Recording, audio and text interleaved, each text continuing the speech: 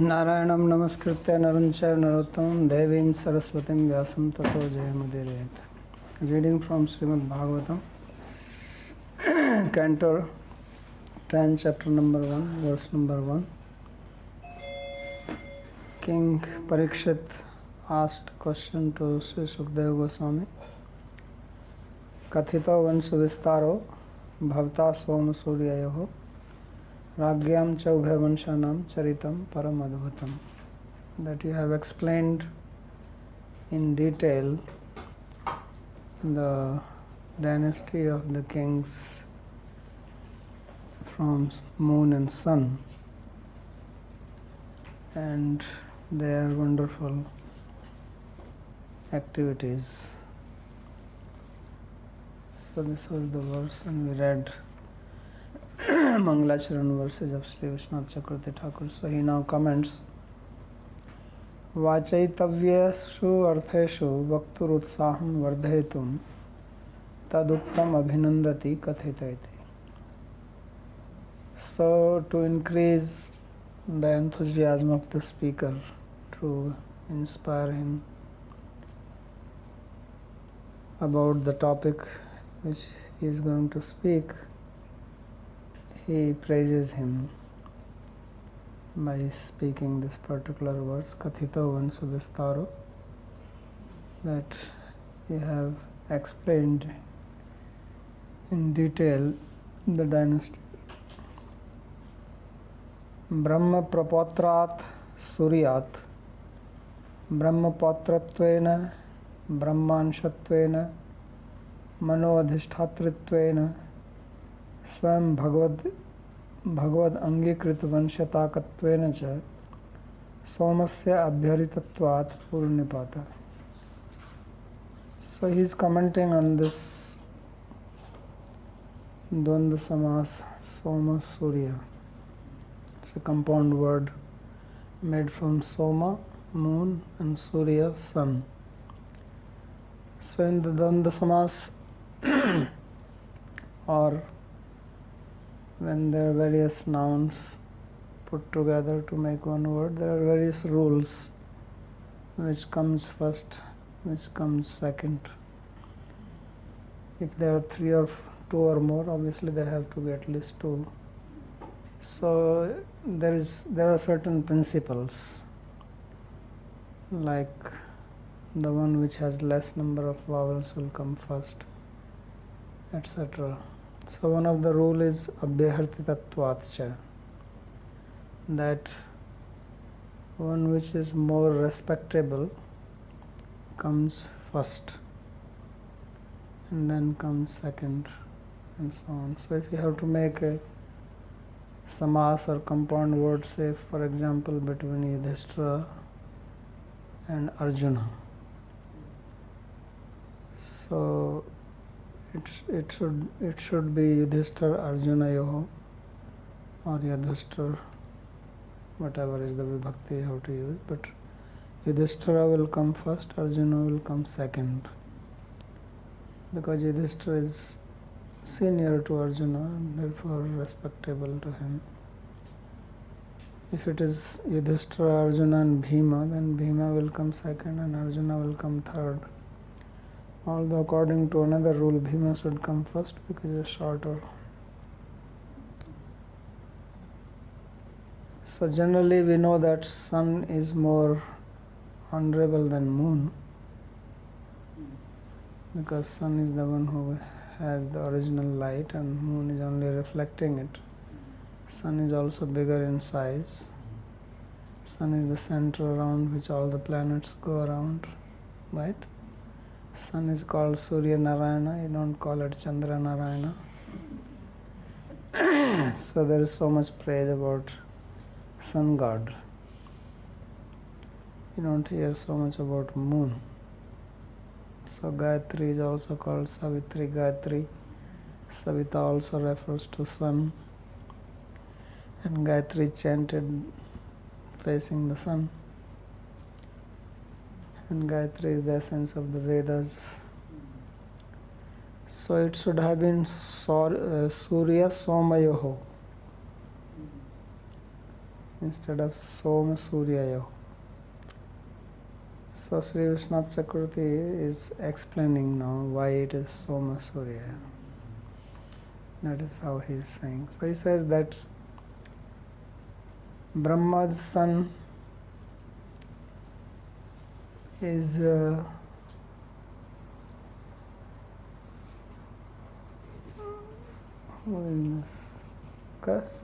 Surya is the son of Aditi and Kashyap, and Kashyap is grandson of Brahma, because Kashyap is son of Marichi, Marichi is son of Brahma. So therefore it says Brahma Prapotrat Suryat. So Surya is the great grandson of Brahma. But moon is grandson, because moon is son of Atri and Atri is son of Brahma. So he is grandson. So between grandson and great grandson, grandson has a higher position, is the uncle, right? So it says Brahma Prapotrat Suryat and Brahma Pautrattvena, and moon is the Brahma Pautra or grandson, and Brahma Anshatvena, and he is also Ansha of Brahma, because we have Man, Buddhi, Chitta, Ahankara. So presiding deity related with Manas is moon and then Brahma. Chitta is Vasudeva, Ahankara is Shiva. Right? So therefore he is also considered as Ansha of Brahma. Also born from Atri. So Mano Adhishtatritvena, and is the Adhishtatri Devata of mind. Swayam Bhagavadangi Krita Vansya Takatvena cha, and Bhagavan Krishna himself accepted moon as his forefather because he came in his dynasty. So Vansya means born in the dynasty of moon. So therefore Somasya Abhyaharitatvat. So therefore Soma or moon becomes more respectable than sun. Otherwise sun is more respectable. So therefore it says Soma Suryaya. So now you know why we always say Radha Krishna, or why we say Mata Pita in Sanskrit.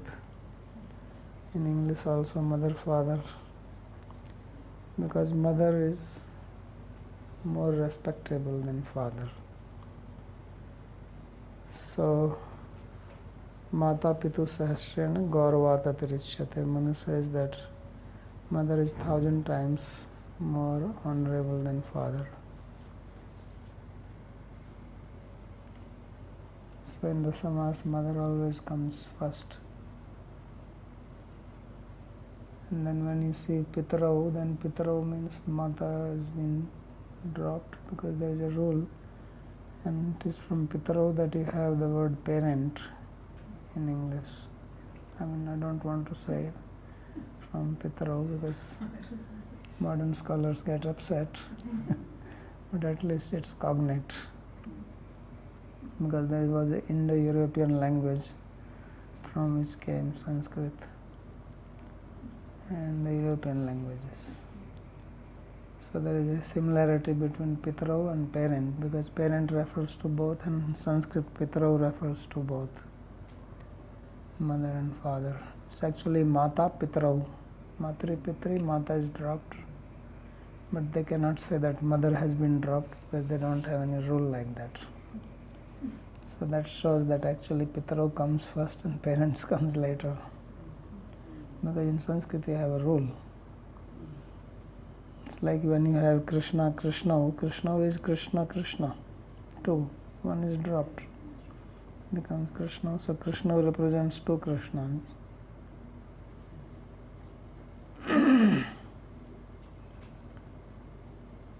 So Swayambhu Manostad Vanshyanam cha Paramadbhut Charitranam Chaturthadishu Kathitatvepi Tasya Vansho Na Paryavasan Madhura.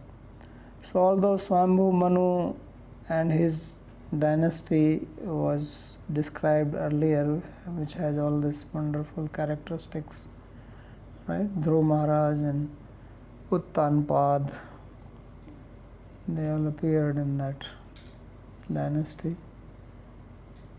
So, but that Vansha has not been mentioned here as Supreme Madhura because Krishna did not appear in that. Som Suryayo Vansastu Shri Krishna Ramacharitat Charitra Antimatvat Paryavashan Madhura iti Tayor Utkarshena Ullekha. But it is the dynasty coming from sun and moon which is more glorious because of Krishna and Rama appearing in them. Sri Rama appeared in sun dynasty, Krishna in moon dynasty. Therefore, in the description of the Vanshas or the dynasties in the 9th canto, they end with the Som and Surya. Manu was spoken much earlier. So therefore, Madhuraina Samapayat. There is a principle that when you eat, then the end should be sweets. If you eat bitter, then whole day your mouth will be bitter. So you have to end with sweets, then you feel satisfied. You can eat wonderful meal, but if you don't eat sweet afterwards, you still feel something missing.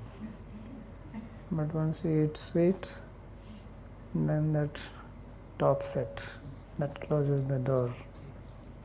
So similarly, although Manu's dynasty was explained, but the closing comes with the moon dynasty specifically here, because Krishna appeared that. So Tayor Utkarshena Ullekha. And therefore these two have been mentioned here because of their superiority. So this is what he comments on this particular verse. I have a question, Babaji. Yes. Isn't the Swayambhuva Manu's dynasty also comes in Surya? How? So this is in Bhagavad Gita, right? The 4th chapter, that verse. No, that is different Manu. Swambhu Manu comes from Brahma. It's there in the Brahma is the father of Swambhu Manu. Yes. That's why he is called Swambhu Manu. So there are 3 dynasties then basically, Swam, Surya and Swambhu Manu, or Brahma. Yeah, in Bhāgavatam, you remember, in the beginning there was a story of Uttanpad and who is the other? Yes. King? Priyavrata. Priyavrata and Uttanpad, these are 2 sons of Manu. So their story comes. So they are coming from Brahma. So there are 3 dynasties, Swam, Surya and Brahma then. Yes. Okay. But that's why he's saying that you only hear mainly about Som and Surya. Yes. And Swambhu is not hardly mentioned. Mm. So that is because Krishna and Rama appeared in them. Mm. So you hear about Ramayana and then you hear about Bhāgavatam or Mahabharata. But others you don't hear so much. Thank you. So then the second verse. Any other question on this? Yada? Yes. In regards to Radha Krishna, Radha being more respectable, I was wondering in which respect that is. And I guess it's not in respect from the perspective of the Brajvasis, as you said yesterday, because if Krishna had started worshipping Radha, they would not have understood it. So is it from the viewpoint of the worshipper that Radha is more respectable because we approach Krishna through her? That's why she's more respectable? Yeah. Yes. So that's why you have Sita Ram, but then you have Shiv Parvati. Have you heard Parvati Shiv ever? So why Shiv Parvati? Because Sati left Shiva, didn't listen to him, right? So therefore she got degraded.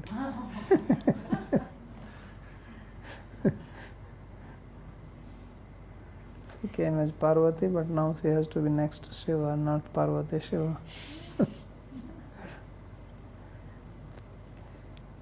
Babaji, regarding dynasties, like there are 14 Manus. So why only Swambhu Manu dynasty is taken, not others? What do you mean taken? Means considered. Yeah, others are also considered. Others are also mentioned in, if you read Canto number 8, they are mentioned there.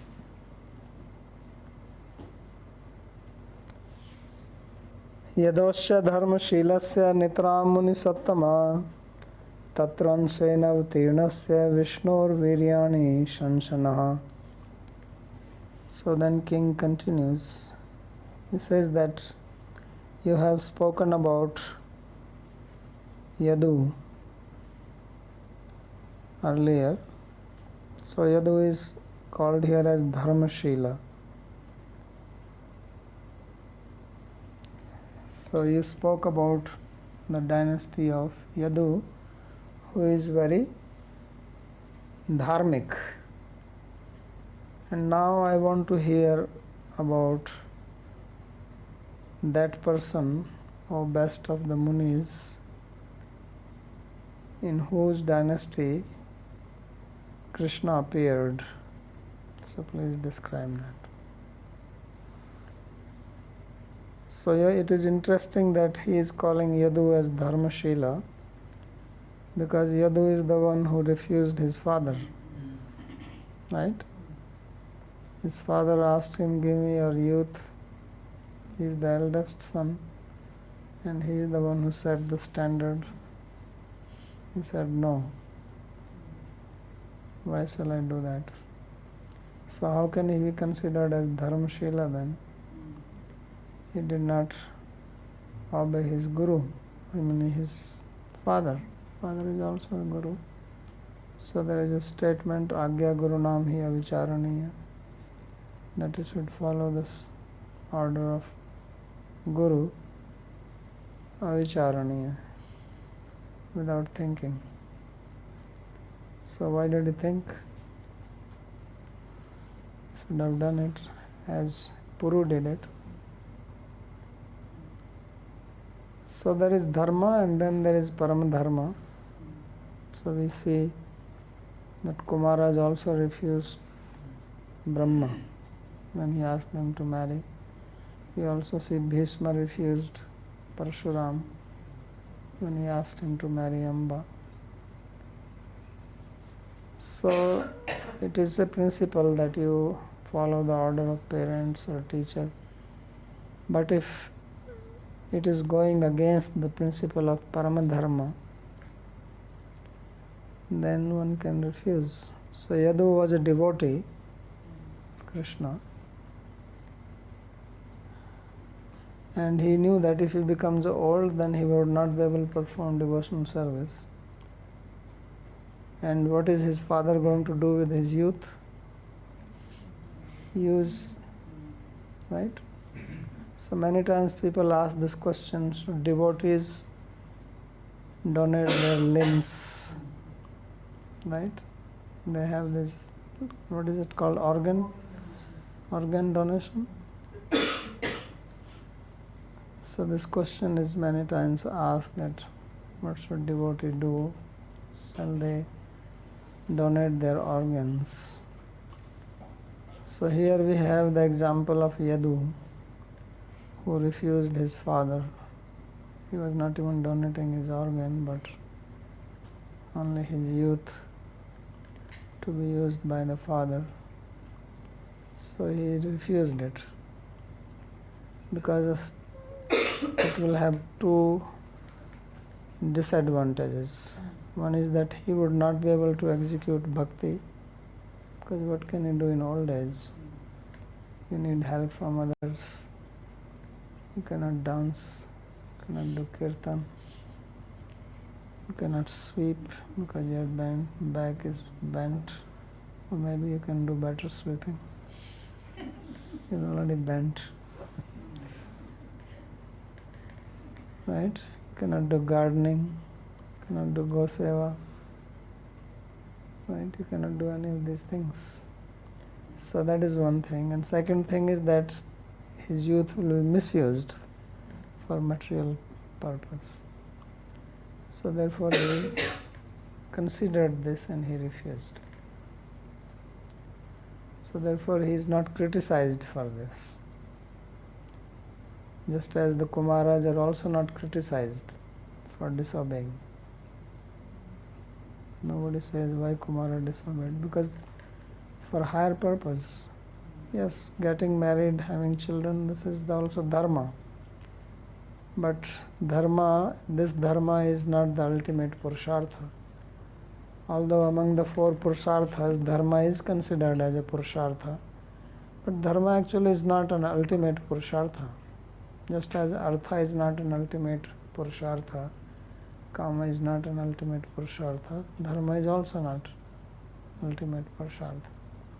Ultimate purushartha is either moksha or bhakti.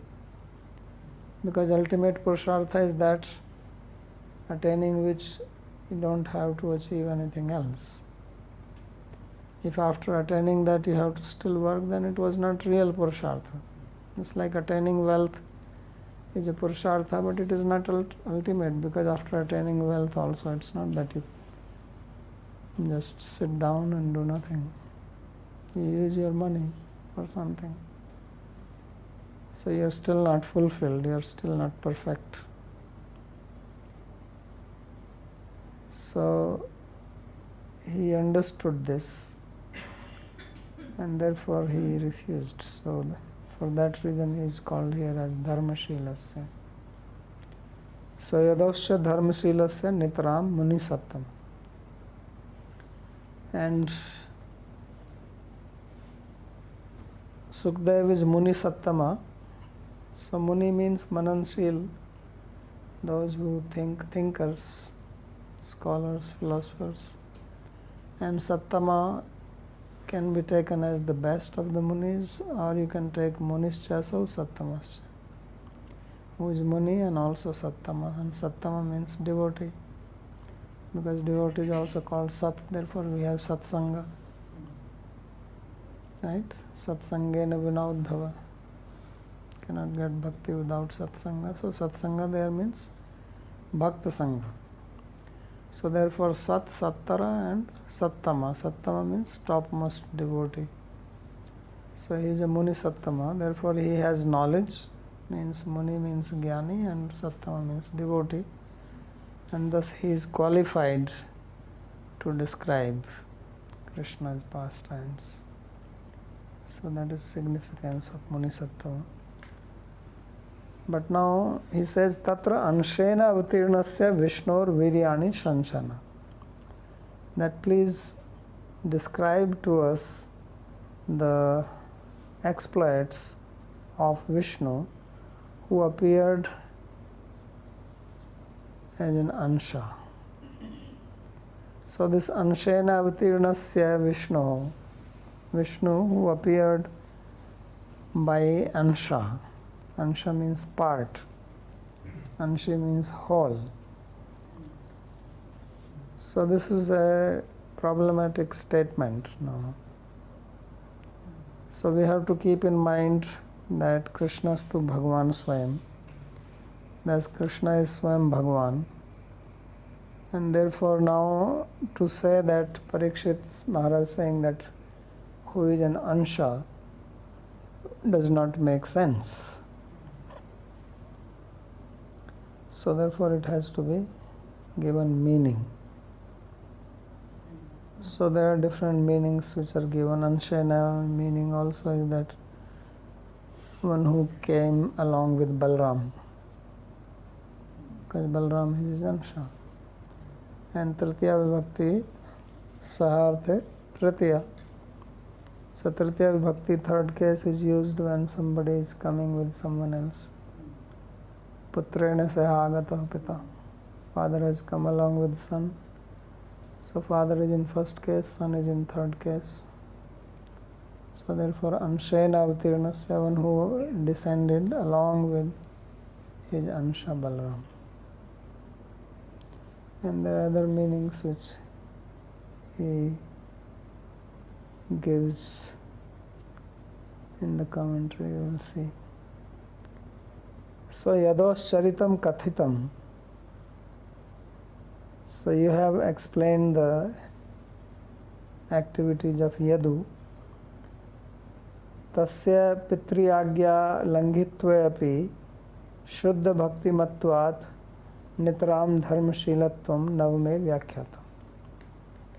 So it was explained in 9th canto that although he disobeyed his father, but because he is a pure devotee, therefore he is called Dharmashila. Because Bhāgavatam is specifically talking about bhakti, and that is the Parama Dharma. Dharma projita kaituvatra paramo nirmatsaranam satam. So the other small question was here, it is understood in Yadu's case that he was following Param Dharma. So what was the higher principle in case of Bhishma when he refused his guru? we already discussed it. So what was his guru trying to tell him to do? To marry. But that is not Bhishma's duty. That was not his dharma. He has already taken a vow not to marry. So if he was asking him to follow dharma, that was all right. He was asking him to engage in adharma. When Brahma asked Kumaras, Brahma was not asking them to engage in some adharma. Getting married is normal. But because they wanted to follow the path of moksha, which is beyond dharma, they refused. But Parshuram was not telling him to follow dharma because Bhishma has already taken the vow not to marry. But can we not say that he was so attached to his vow, like we say for Karan, that he was so attached to his name and fame as a charitable person, that his charity was not motivated from the point of love, but with the motive of name and fame. So can we not say like that for Bhishma, that he was so attached to his vow that he disobeyed his guru? So by obeying his guru, he will, what is the benefit which will come? Okay, he will not have name and fame. So what would he gain? Only that he would do service to his guru. No, that was not really service. Anyway, first of all, where is it said that Karna was doing it for name and fame? No, I heard it somewhere. I'm not exactly about the source, but I heard it somewhere. Okay.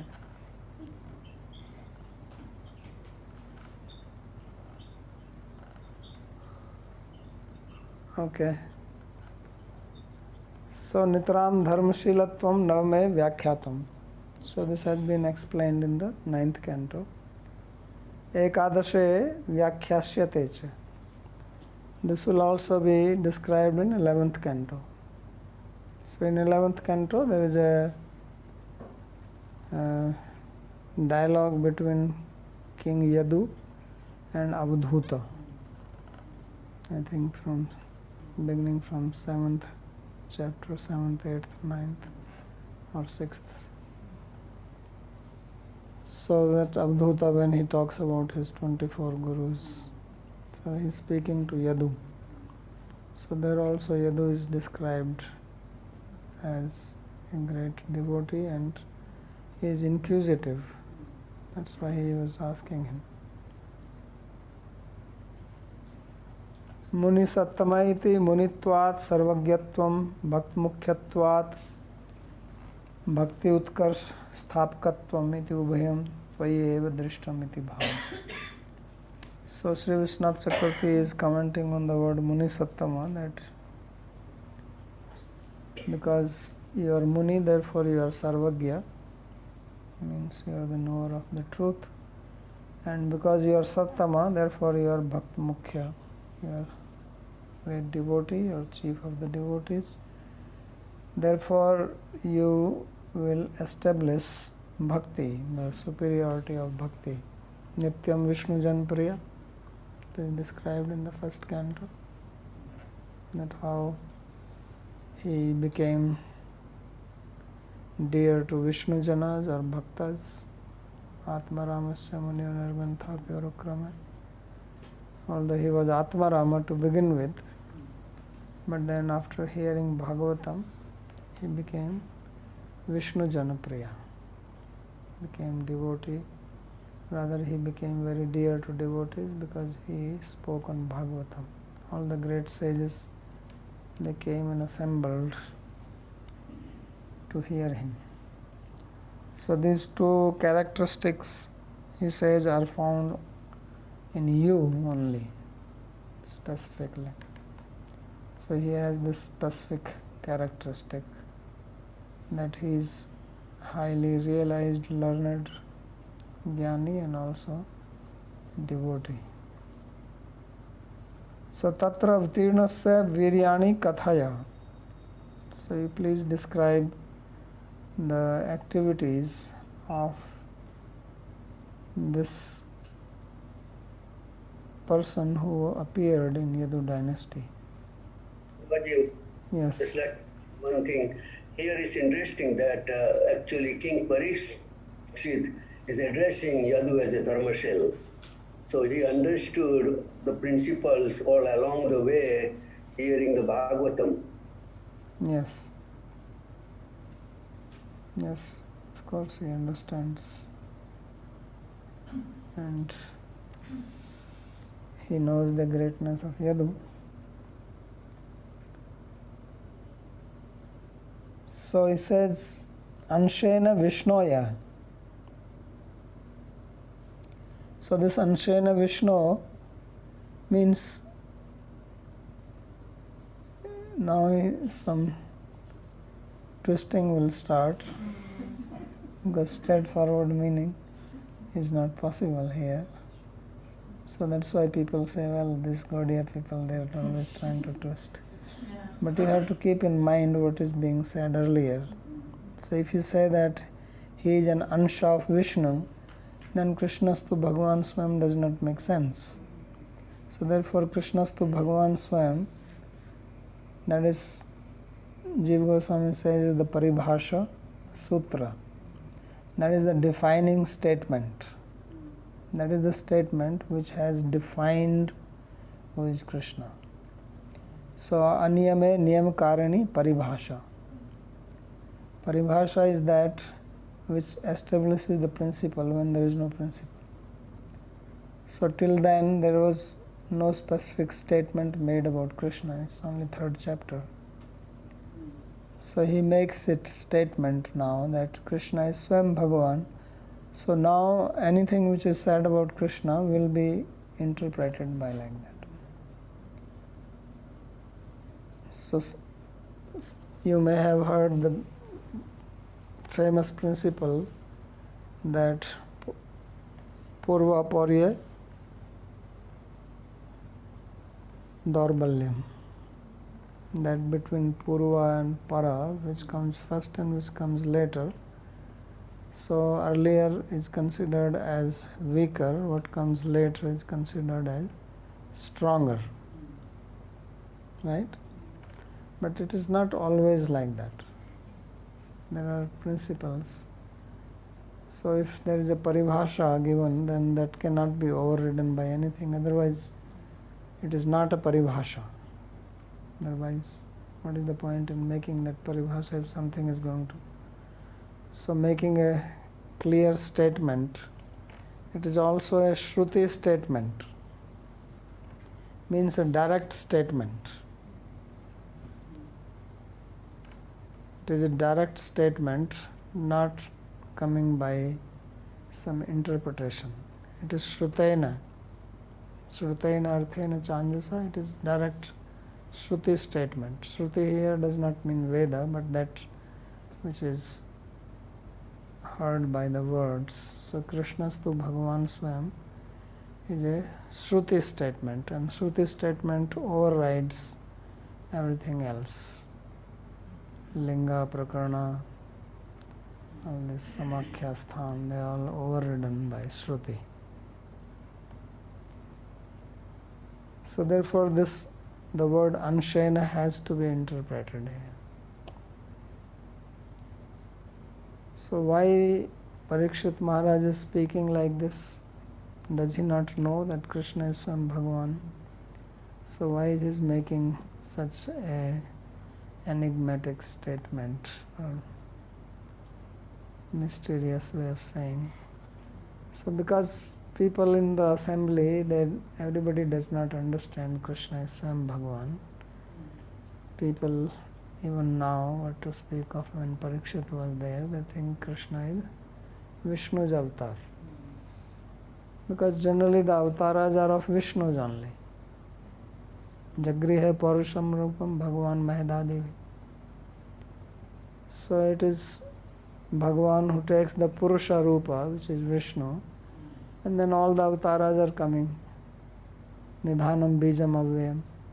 Sarva Avtaranam Nidhanam Bijam Avyam. He is the Bija of all the avatars. All avatars come from him. So it is well known fact that the avatars come from Vishnu. And then Krishna is coming, so then he is also accepted as, or thought to be as, avatar of Vishnu. That's a general understanding. But that's why Suta Goswami has to make a clear statement that Ete chans kala punsha Krishnastu Bhagavan Swam. So Ete chans kala punsha. Punsha means Purusha, which is Vishnu. That these are all avatars of Vishnu, but Krishna is Swam Bhagavan. So keeping that Ete chans kala punsha in mind, Parikshit speaks, but he speaks in a way that it can be also meaning that he is Swam Bhagavan. So double meaning. So both parties can feel satisfied. So therefore Vishwanath Chakravarti says, Anshena Vishno ya khalu anshena vaikunthe Vishnur bhavati. Yasya kamso Vishnu tasya purnasya. So he says that Anshena Vishnu. So not that he came here as Ansa of Vishnu, but one who by one of his Ansa is a Vishnu, means explain to me about him whose Ansa is Vishnu. Not that he is Ansa of Vishnu. So Anshena Vishnu, by his Ansa who is Vishnu, ya khalu Anshena vaikunthe Vishnur bhavati, who by one of his expansion exists as Vishnu or Narayana in Vaikuntha. So I want to hear about that person, because he is not mentioning about whom. Yeah, of course he will speak later on, but here there is no mention of Krishna directly here or Vasudeva, but whose Ansha is Vishnu. So yasya ekansho Vishnus tasya purnasya. So I want to hear about that person whose one Ansha is Vishnu, means one who is complete himself. So Swam Bhagavan Krishna, want to hear about him. Yadva anshena sanshaya samastena vaktum na kasyapi shaktirti bhava. Or instead of applying the word Anshena with Vishnu, you can apply Anshena with Sansha. That you partly describe to me about Vishnu who has appeared here. And Vishnu is the name of Krishna. Vishnu is also one of his names. Vikriditam Brajvadu Bhiridam Cha Vishnu. So at the end of Rāsa-līlā, Sukadeva Goswami calls him as Vishnu, not Krishna. Buddha said also Krishna, but he says Vishnu. So Vishnu is the name for Krishna. So Vishnu, he described to me his activities partly, because it is not possible to describe his activities fully. So therefore Anshena becomes a modifier of the verb. So Anshena Sansha Samastena Vaktum Na Kashyapi Shaktiriti Bhava. Says because no one can describe his activities fully, because there is no limit to that. So that is another way of explaining it.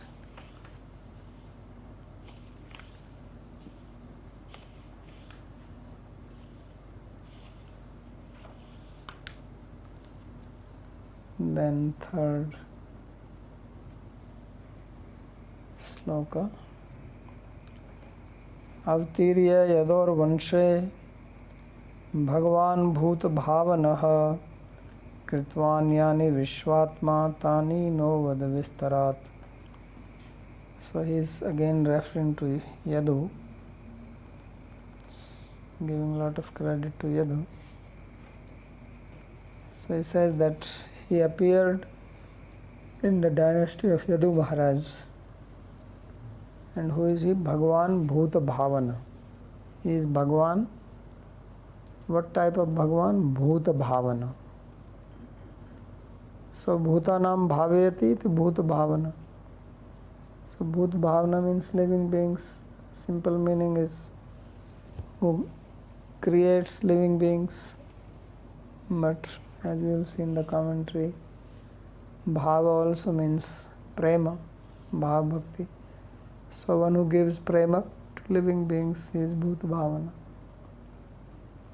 So that Krishna who gives prema, so Lata Konyo Krishnat Lata Supi Premdo Bhavet.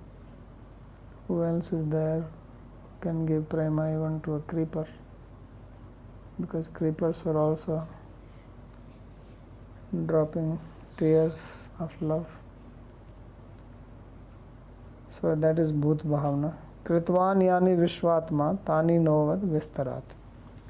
So the activities which he performed after appearing here in the dynasty of Yadu Maharaj, describe them to us in detail. And he is also called here as Vishvatma.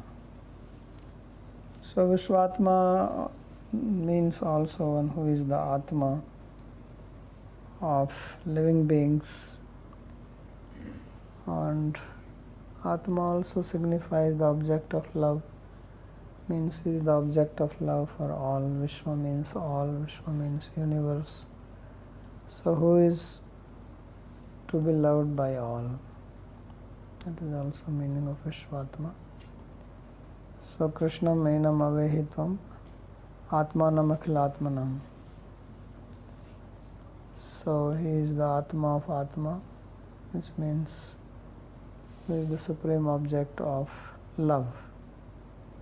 So Dehinam Nipa Atma eva Vallabha Itre Vittapatyadya Tad Vallabhata evi. So in this body the supreme object of love is only Atma, and everything else we love only because of the Atma, whether it is wealth or possessions or family relations. If Atma is not there, then no one loves that. So navare patyu kama hai prityu pati priyo bhavati apitu atmane kama eva. So it is only for the sake of Atma that everything is dear, everything is lovable. Without Atma, everything is Shiva, Ashiva. Right? So it becomes inauspicious. And Krishna is Vishwatma. He is the Atma of everybody, he is the Atma of Atma. Akhil Dehinam. So therefore he is the supreme object of love. So we want to hear about his activities, because that is the most purifying thing. When we hear about Krishna, because he does not have any material motive, he is not coming here to achieve something. He is Kritya. Na avaptam avaptavyam vartevacha karmani. I have nothing to achieve, yet I perform activities.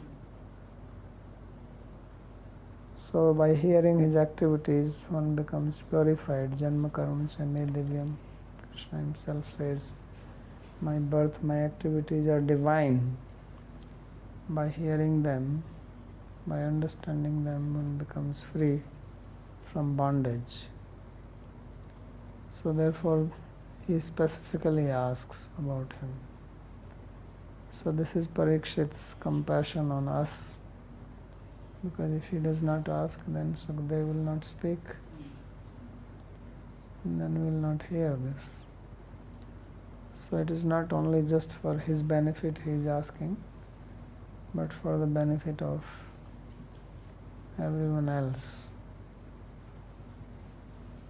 So Sri Vishwanath Chakravarti says, Nanu jato gata pitri grihad vrajamedidharta ityadinan shenuktani eva. So Sukadeva Goswami says that you are saying that you partly describe his activities. He says, I already described partly in the last chapter.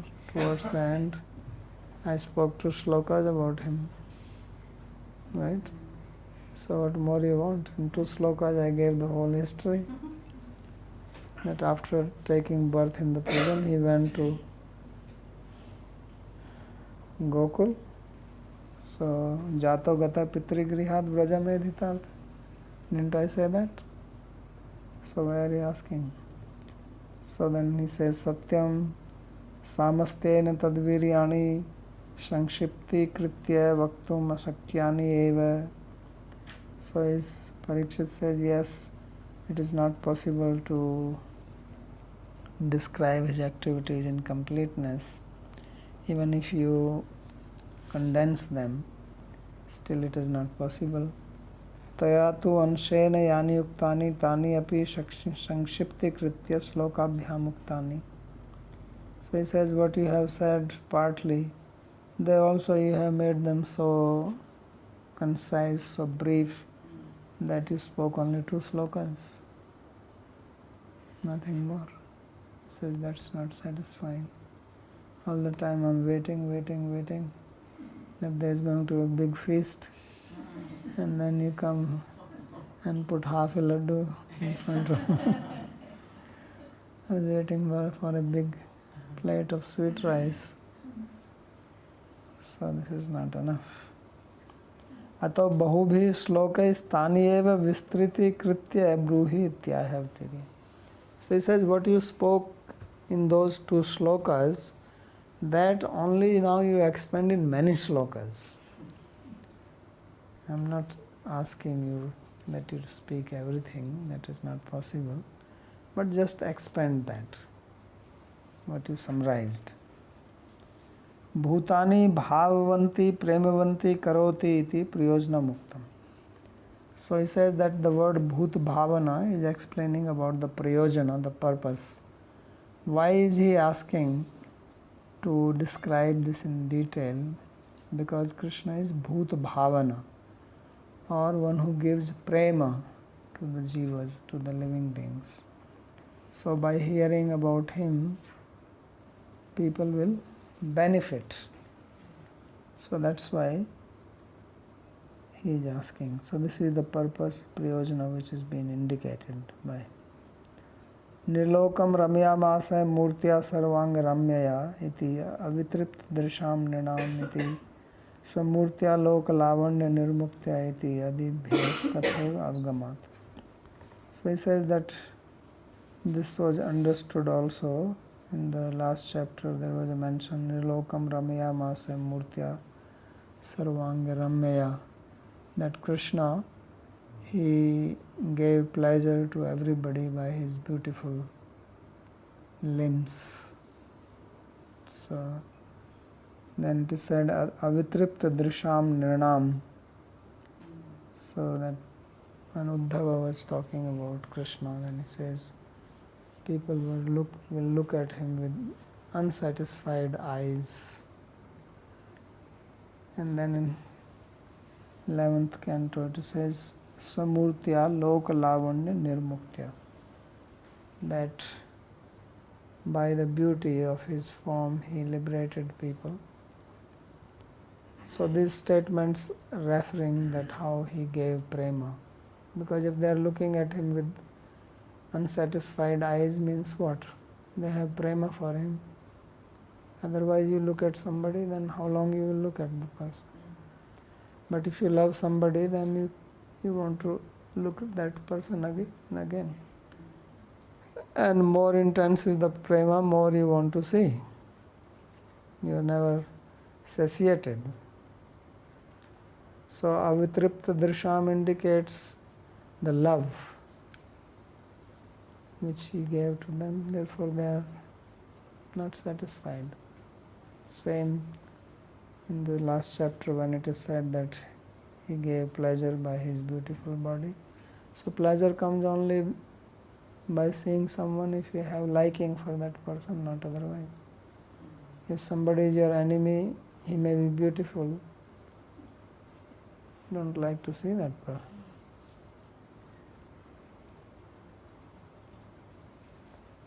So that shows he is referring to this to show the significance of the word bhut bhavana, that he gave prema. Yato vishvatma deha jivabhyam sakashadapi paramatma premaspadi bhavitum arhati evedi. So therefore he is called Vishvatma, means that he is object of love more superior or more lovable than the body or the Atma. So we like our body, right? Kurvan chatvalikani kaya kasena vallabha. Body is always giving trouble to us, right? Still we love it, right? We don't hate it. It gives so much problem. And then beyond body is Atma, which is actually the truth.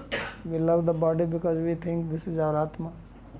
So from this you can understand how much is Atma more lovable, how much more is Atma lovable.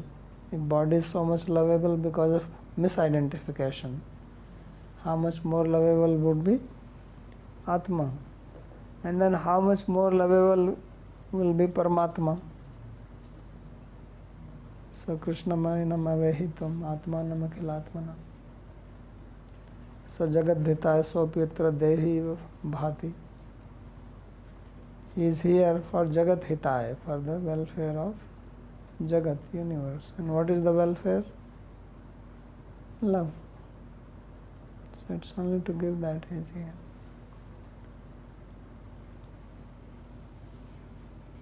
So therefore he is the premaspadi bhavitum arhati eva. Then certainly he is the one who is qualified, who deserves to be the object of love. Therefore he is called Vishvat. Brahmastavante vyakti bhavishyati. So this will become clear at the end of the prayers of Brahma in the 14th chapter. They are very nice slokas at the end of 14th chapter to established this point only, that Krishna is supreme object of love. Vistarat asmadadi mandbuddhi sugamyartham vistaram shabd bahulyam prapaya. So why is he saying that explain in detail? He says we are less intelligent. If you speak in brief, then we don't understand, so please expand and don't be so miser in talking about Krishna. Vistaro vigraho vyasa sacha shabdasya vistara.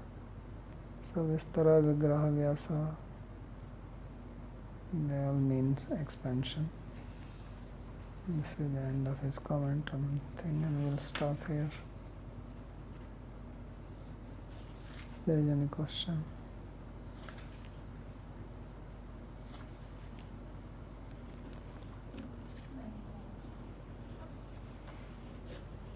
You don't have to ask, don't force yourself. No, because about this following the instruction of the Guru, that without thinking. So then it looks like this. If you can follow with thinking, that is great. Without thinking, it's very difficult. Without thinking is very, very difficult.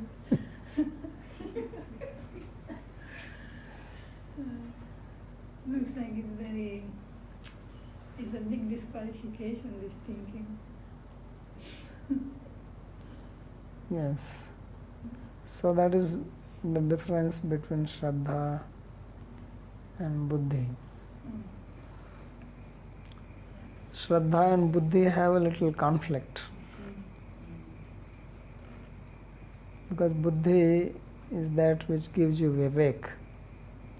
It thinks. And it doesn't want to just follow like that. And Shraddha is that you follow. So, if Buddhi becomes independent of Shraddha, then problem.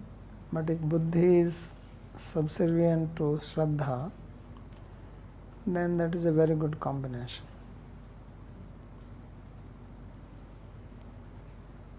So in the story of Shiva and Daksha and Sati, which we mentioned earlier, we said Shiva, Parvati, this was the problem. That Sati is the daughter of Daksha, right? So Daksha means smart. And that's what Daksha means. And she is the daughter of the smart. So she is smarty. Means using her buddhi. And Shiva is personified Shraddha. So she did not listen to Shiva. Shiva said, no, don't go there. This is not good. So she did not care for that. She used her buddhi. Because she is daughter of Daksha. So she says, no, I will go. Now knowing very well that this smart fellow has disrespected Shiva, who is Shraddha, that's why he was absorbed in his thoughts, because he is Shraddha, There he just came. So if she had Shraddha, if she had listened to Shraddha, then she would not go. But she became inclined towards Daksha, then towards Shraddha. So therefore she got into trouble. Then next time she was born as daughter of Himalaya. So Himalaya means fixed. Because in Bhagavad Gita, Krishna says, Thavranam Himalaya. That among the stable things, I am Himalaya. So now she became fixed. No more Daksha business. Right? So she says, no. So then she would not leave Shiva. But she had to do a lot of tapasya to get So tapasya means getting rid of this buddhi idea all the time, vivek, which goes against Shraddha. If buddhi goes against Shraddha, that is problem. So that is the tapasya she is doing. So then the Saptarishis came to disturb her. Remember, there is a story in Kalidasa's play also there. They told her that, what are you doing? Why are you after this crazy fellow? There are so many other nice people. Look how he looks, what he does.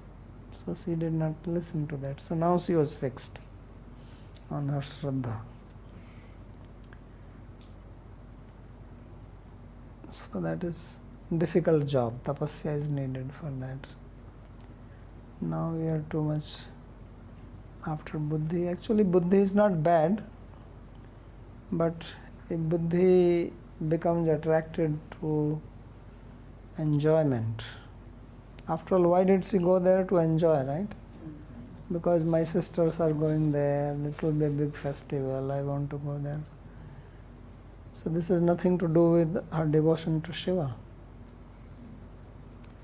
So when buddhi becomes yamimam pushpitam vacham pravadanti manishina, then you manishina, right? So then your buddhi becomes polluted by that. So that's why Krishna says tata gantasi nirvedam shrotasya srutasya cha. So when you become free from this, then you become sthit pragya. Right? After that only sthit pragya comes, when Arjuna says sthit pragyasya ka bhasa samadhistasya. So before that, bahu shakhaya anantasya buddhya avyavashayinam. Then your buddhi bahu shakhaya anantasya buddhya avyavashayinam. Their buddhis are bahu shakha. They don't become fixed. So there is a lot of talk about buddhi in 2nd chapter Bhagavad Gita. So this buddhi becomes fixed with Shraddha, then you are on the right path. So that's why Rupa Goswami says Adav Shraddha. So that is meaning of, actually Shraddha also means that fixity. Dha. It has the word dha. Dharana dharmiti ahu. Dha means fixed.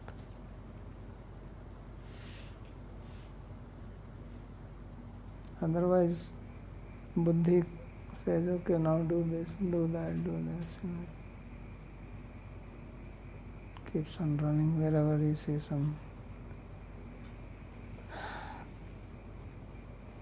Babaji, now that you are very nicely you have told about Buddhist Shraddha and their difference. Can you please also say a little more on this, because Shraddha we generally understand as faith. So can you please say a little more on this Shraddha in the sense of what is blind faith and what is actual faith? So blind faith means that you believe in something without any proper deliberation or understanding. Shraddha, faith is actually blind only. Faith means to believe in something which you have not experienced. But in that one is that you don't use your buddhi at all to come to that faith. So you use buddhi to come to faith. And then you stick to the faith. But if you don't use your buddhi and you just get into faith, that kind of faith is what is called fanaticism or blind faith.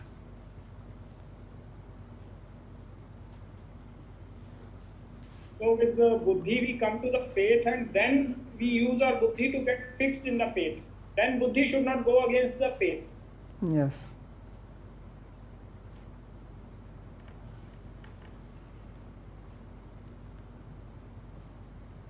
Okay. Let's stop. Yes. So, having a fixed buddhi means that I have a clear resolve and don't change that, or what does it mean? No, buddhi is for vivek. And fixed buddhi means, after doing vivek, proper deliberation, then you fix it. Then why should you change?